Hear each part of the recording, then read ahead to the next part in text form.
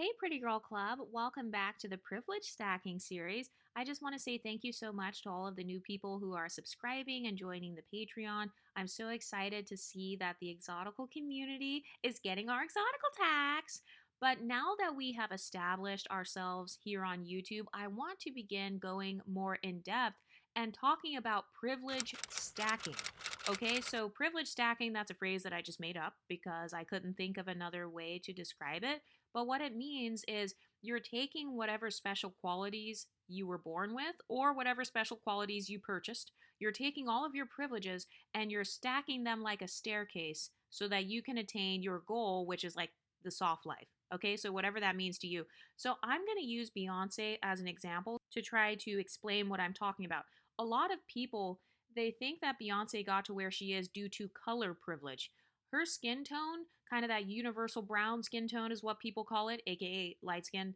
Um, that skin color privilege, that's only one of many privileges that Beyonce actually has. She also has pretty privilege, which she has stacked on top of that skin tone privilege. She has the privilege of her long natural hair. I know that people think that her hair is fake or they thought that that was a wig in her sacred video. Okay, well let's pretend that it's real because there's no proof that it's fake. So even in terms of how she wears her hair, like if she's wearing her natural hair or if she has like some natural micro links or something and it blends so well to the point where she can do whatever dance moves she wants on stage, that is actually a privilege because if I have short 4C hair and I have to put on a lace front or something, I may not be able to do the same dance moves as hard as Beyonce, or I may risk getting alopecia. So now when I'm walking down the street, I'm going to have bad paparazzi photos because, my alopecia is showing. So that's actually another small privilege that she can stack to make herself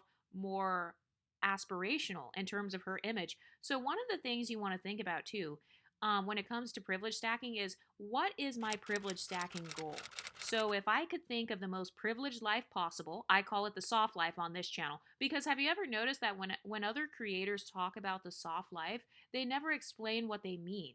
So when I say the phrase soft life, I'm talking about living a life that is as privileged as possible, whatever that means to you. So if it means having free time, being able to invest in your passions and hobbies, that is the soft life. Okay, so how can your privileges get you there?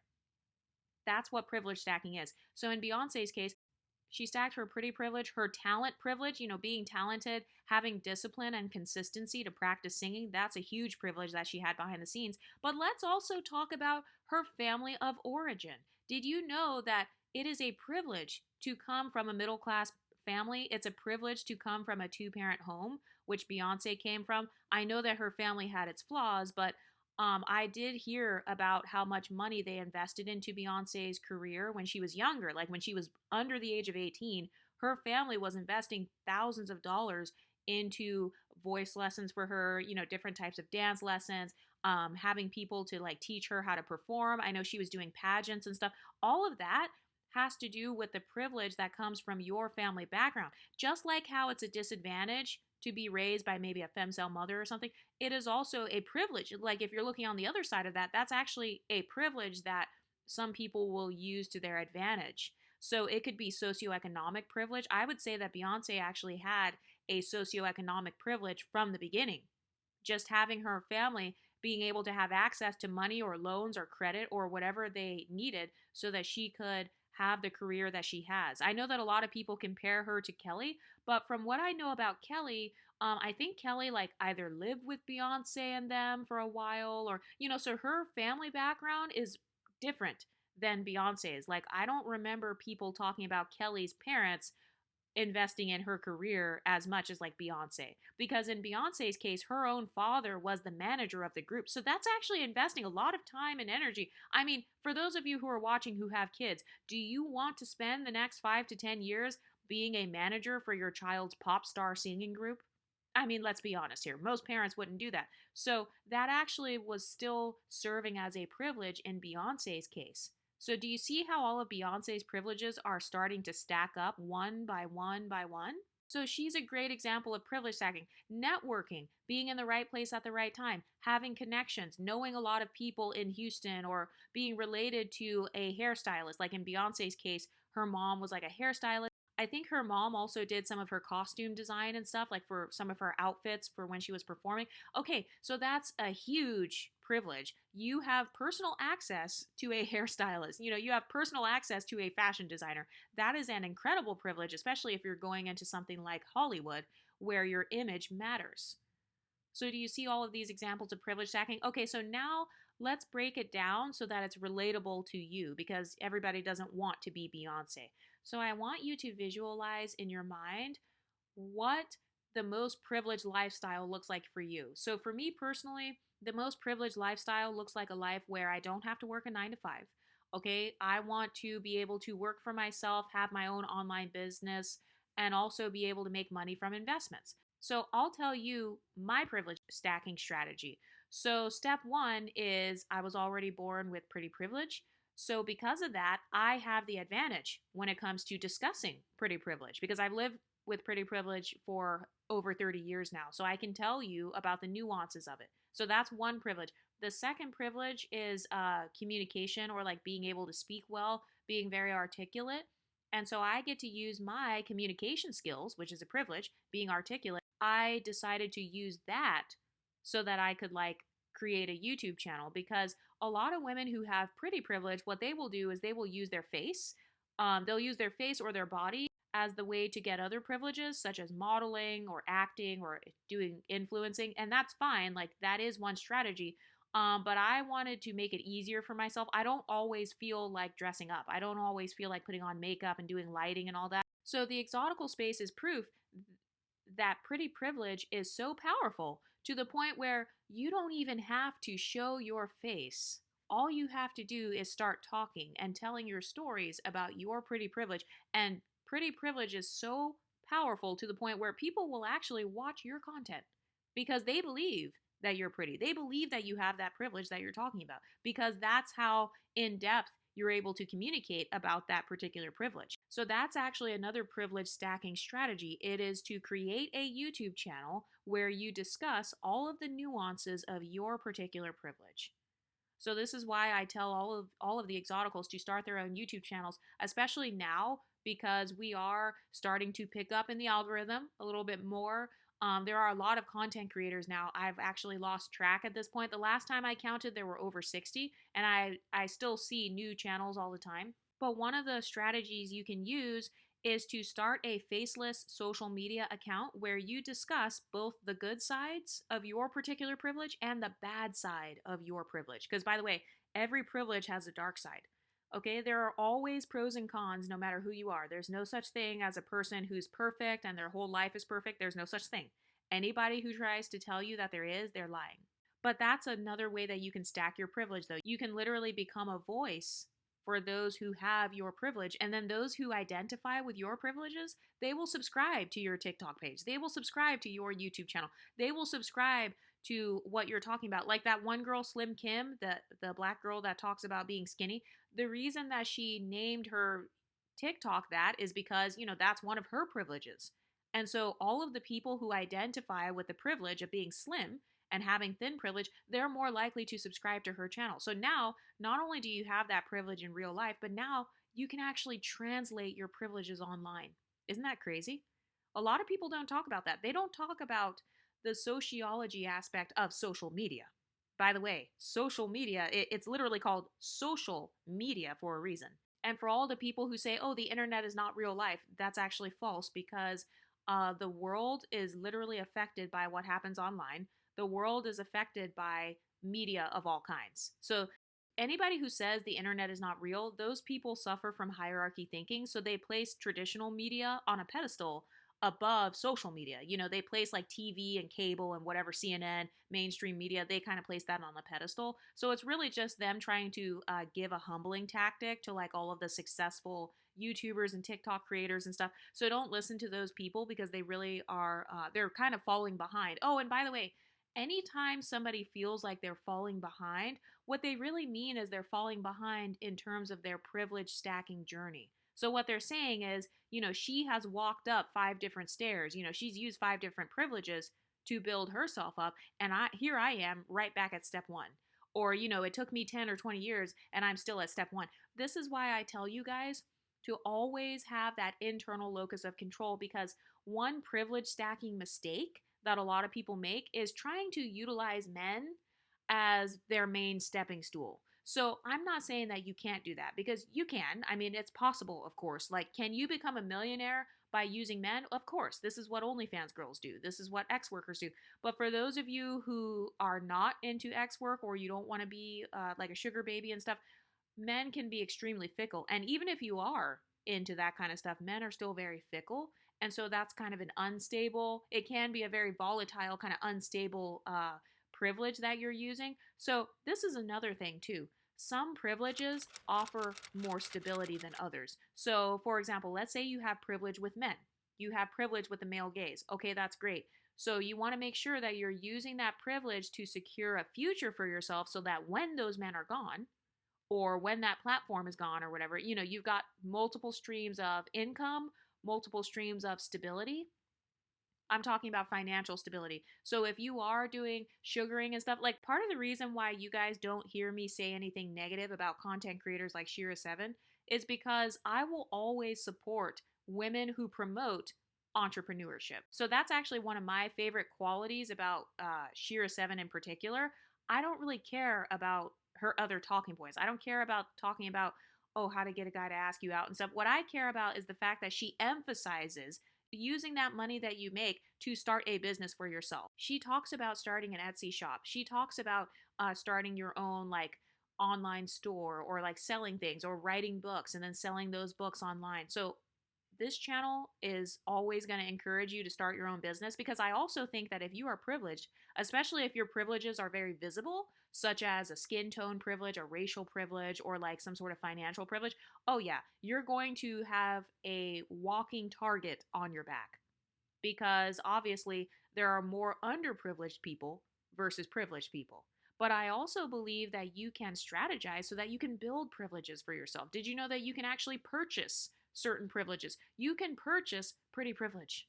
I know all the natural beauty, all the women who are centered around natural beauty. I know that that's triggering to you. Same thing here. It used to be triggering to me as well, but that was because I had more of a singular mindset about what beauty is. So I would get pissed off at the women who would get surgeries to look more like me, because I felt like it was almost like a scarcity mindset, as if I was being replaced, if that makes sense. So it was just scarcity. It was a sense of competition, but that was because I didn't have an abundance mindset about beauty yet. And so now that I have an abundance mindset, I'm no longer threatened by stuff like that. So another question you can ask yourself is, what privileges can be purchased? Did you know that wealth privilege, and this is very messed up, I don't like that our society is like this, but wealth privilege, it can actually be purchased, which is, like I said, that's very messed up. It's like, wow, so I have to make money and then I have to purchase stocks or purchase, assets so that I can build my wealth. So I'm essentially purchasing wealth. I mean, that's how I look at it. It's like, okay, I purchased a house that's going to go up in value. So I basically purchased more wealth. Isn't that messed up? Like, our society is just so crazy. But that is something you're going to have to accept. Whatever privilege you want, you have to accept the rules of that privilege. So if you want pretty privilege, guess what, baby? A part of being pretty is that you're going to have people gaslighting you. You're going to have people comparing themselves to you. You're going to have people nitpicking you. That's just a part of the game. Those are the rules of the game, okay? People get threatened by a pretty privileged woman, just like how people get threatened by wealthy people. In fact, the wealthier you are, the more likely people are to want to take you out. Have you ever been around people who come from a wealthy family and, like, they're waiting for their grandpa to die? They're waiting for your death so that they can take your assets. That's one of the negative sides of being wealthy. Also, you don't know if people are in your life because they genuinely love you, or if they're in your life because they want access to your wealth. That's another one of the downsides of wealth privilege, for example.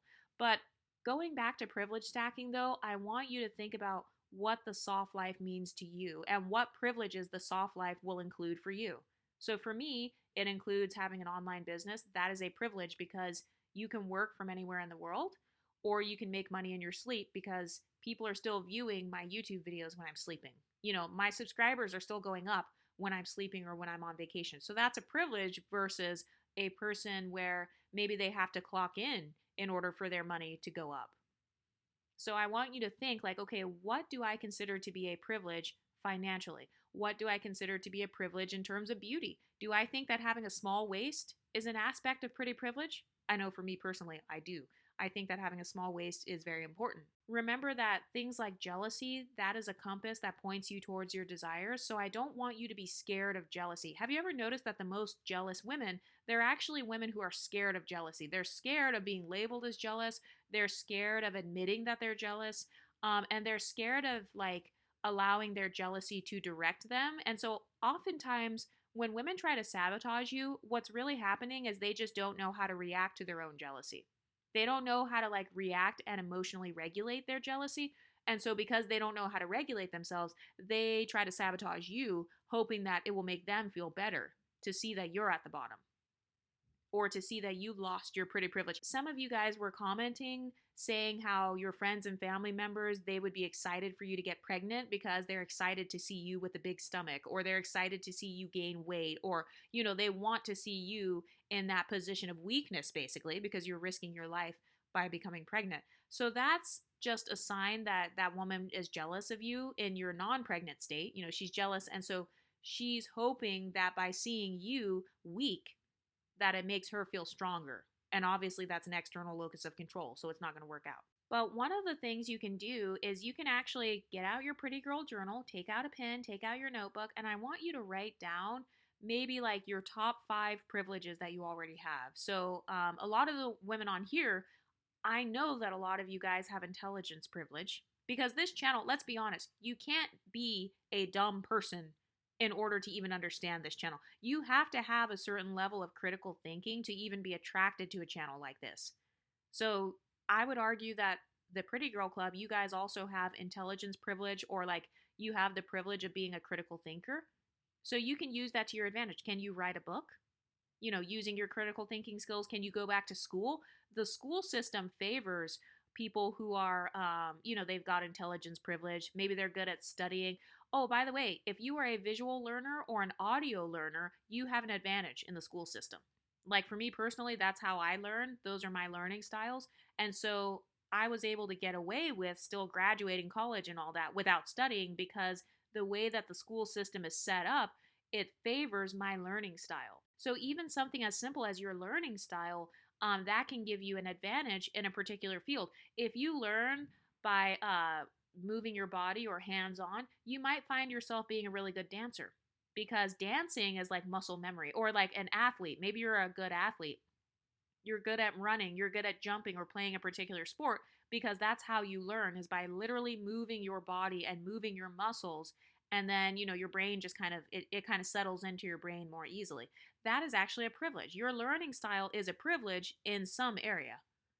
And my psychological theory is that everybody actually has at least one privilege. They're just overlooking it. Okay, so there is a such thing as dark skin privilege.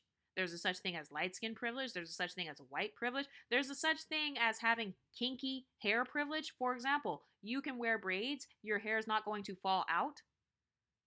If you start losing your hair, you have so much hair to the point where maybe it's easier to cover if you have bald spots or something because your hair is so thick. So there are all kinds of hidden privileges that you can actually find. So what you can do is you can start off by journaling every single day. You know how they have gratitude journals where you write down like 10 things you're grateful for? What you can do is you can start off by writing down 10 privileges you have. So for example, there's actually a privilege that comes with being tall, and there's a privilege that comes with being short and petite. So for example, a lot of short women, if you're short and skinny, you have kind of that dainty privilege, or kind of like this petite privilege. I don't know, that's what I call it. I call it petite privilege. It's funny because I've actually been called petite and I'm so tall. I'm like, how am I petite? I associate being petite with being short and skinny as opposed to tall and skinny. But that's something you can use to your advantage. So let's say you're short and like small, and maybe you want people to perceive you as being this pretty little princess, or maybe you want to be perceived as younger. I don't know. Do short women get mistaken as being younger? I'm not sure, but that could be a thing as well. So I want you to start strategizing on this, and then you can actually start thinking about how you can use your privileges to attain the soft life for yourself. Or you can do it the opposite way, to where you start off by creating a soft life standard. Like, hey, this is my standard of a soft life. Anything that does not meet this standard is not the soft life. So you can create a standard like, okay, my standard of the soft life is having all of my bills paid, not struggling to pay bills. I have healthy relationships. So my friendships are healthy, my family relationships are healthy. I don't have any obligations that I don't want. That's another component of the soft life for me. So I don't have to wake up in the morning going to a job I hate. I don't associate that with the soft life because it's mentally taxing for me to get up and go deal with this crazy boss and stuff. So I don't associate that with the soft life. So my standard of the soft life means I cannot have any obligations that I don't want. So anything I'm obligated to is something where it's like it's a pleasure for me to have that responsibility. Oh, by the way, when it comes to responsibility, I've noticed that you know how some people they'll be like, "Oh, you're running away from your responsibility." Well, it's not always that they're running from responsibility. It's that they don't want that particular responsibility. So, for example, with me, I'm child free. I just choose to have other responsibilities instead. So, my responsibility is maintaining my pretty privilege. Did you know that you actually have to take responsibility and accountability in order to stay in physical shape? You have to take accountability and be responsible for taking care of your skin, taking care of your hair, going on a run, managing your finances, maintaining healthy friendships. That is actually a responsibility. It's a social responsibility.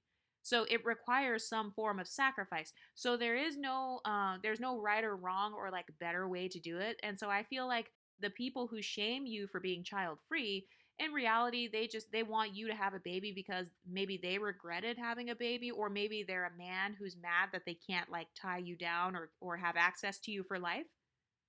But anyway, when it comes to privilege stacking though, you can create your standard for the soft life, like, hey, this is my dream life. That's another way that you can say it. You can call it the soft life, you can call it your dream life, you can call it your most leveled up version of yourself. Whatever you want to call it doesn't matter, but I want you to start daydreaming about what that looks like for you.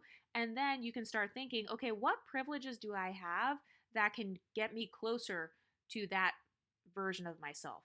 So, for example, I just imagine myself wearing a cute little, like, fuzzy coat and looking like a fashionista. That's what I just visualized when I was talking about the soft life. I visualized myself essentially dressed up like Gossip Girl. Okay, so what privileges can I use to live a real life Gossip Girl lifestyle? Okay, so when I think about them, they're wealthy, they're rich. Okay, so one of the things I can do is learn about investing, learn about how to manage my money properly, how to save money, how to get access to more credit so that in the event that I start a business or something, then I have business credit. And then maybe I can like purchase more investments and utilize debt as leverage. Okay, all of that's a privilege. That is a part of increasing my financial privilege. Oh, another thing I forgot to say is that anytime you want to grow your privilege, all you have to do is attain knowledge about that particular thing. So let's say you want more pretty privilege. Okay, so start learning about beauty. What kind of beauty do you want? Do you want the athletic version of beauty? Do you want natural beauty, glamorous beauty? We talk about this all the time on this YouTube channel. This channel is actually really good for helping you to increase your pretty privilege because it helps you to pinpoint what type of pretty privilege you want to go for. So one of the main ways to gain privilege is by getting knowledge in that area. So if you want more financial privilege, learn more about finances. And then obviously you have to take action. You have to start doing the financial discipline. So you want to start putting aside money in your savings. Like I have a Capital One savings account. Like it's separate from my normal bank account. I don't use Capital One for my checking account. I don't know if they have checking accounts there. Do they? I don't know. I don't have a Capital One checking account, but I do have like a Capital One credit card. I have a Capital One savings account. So you want to start learning like, okay, what banks can I use? What's my favorite bank to use? So I noticed, for example, with me, when it comes to financial privilege, I like using credit unions because some of the credit unions, they don't give me as many fees, at least in my home state where I started where I signed up for it. So that's another aspect of financial privilege. It's finding hacks and finding loopholes and finding like shortcuts so that you can be better at that particular thing. Okay, so that's the number one way to privilege stack. It is to get better at multiple different things. I can use Beyonce as an example again. Beyonce is not just good at singing. She's also good at dancing. She is good at keeping her mouth shut no matter what happens in the media. Like, she doesn't allow people's gossip to make her pop off on Instagram. You've never seen her do that. She doesn't go online and cuss people out on Twitter. So she's very good at like kind of regulating her public image. Now, as far as how long that's going to last, I'm not sure, but still. So that's another example. You can actually use your unique personality traits to help you to get where you want. So, for example, having personality privilege, that is absolutely a thing. Anytime somebody says, like, oh, I'm an outcast, oh, nobody likes me, everybody stereotypes me as an angry black woman. Okay, it's because you don't have personality privilege. Your personality is not vibrant enough to overcome whatever those stereotypes are, because there are so many black women who do not receive that angry black woman stereotype. There are black women who are very vibrant, and everybody they come into contact with for the most part views that black woman as being happy and being sweet and being bubbly and kind. So to say something like, oh, well, everybody thinks I'm an angry black woman, okay, so I'm curious about what your everyday personality is like then, because that's actually, you're trying to imply that like your blackness is the reason for that, but that's actually false, because black women are not a monolith. There are black women who actually have personality privilege. And then there are black women who don't. I've met funny black women. I've met nerdy black women. I've met quiet, introverted black women. I've met classy black women. So this whole notion that like, oh, if you're black, they're automatically going to stereotype you as angry. Well, they're only going to do that if your personality privilege is not vibrant enough to kind of break through that. Because this is another thing, like, if you have privilege in a particular area, all it means is that it's easy for you to blow past the barriers that come with that thing. So, for example, if you have pretty privilege, obviously you don't get called ugly. Like, when you walk in a room, people are not saying, oh my God, she's so ugly. No, it's because your pretty privilege is present enough to where it cancels out anybody that would perceive you as ugly. Like, it cancels out the perception that you're ugly. Privilege is basically you are canceling out certain perceptions. You're breaking through certain glass ceilings because you have figured out a way to attain the privilege to be able to blow past those barriers. Privilege really just means you're able to break past these social barriers. You're breaking past these negative stereotypes. You don't meet the stereotype of what ugly is. In fact, you tend to meet the perception of what people view as beautiful. Or maybe you have created your own unique version of pretty privilege, which is what we talk about on here all the time.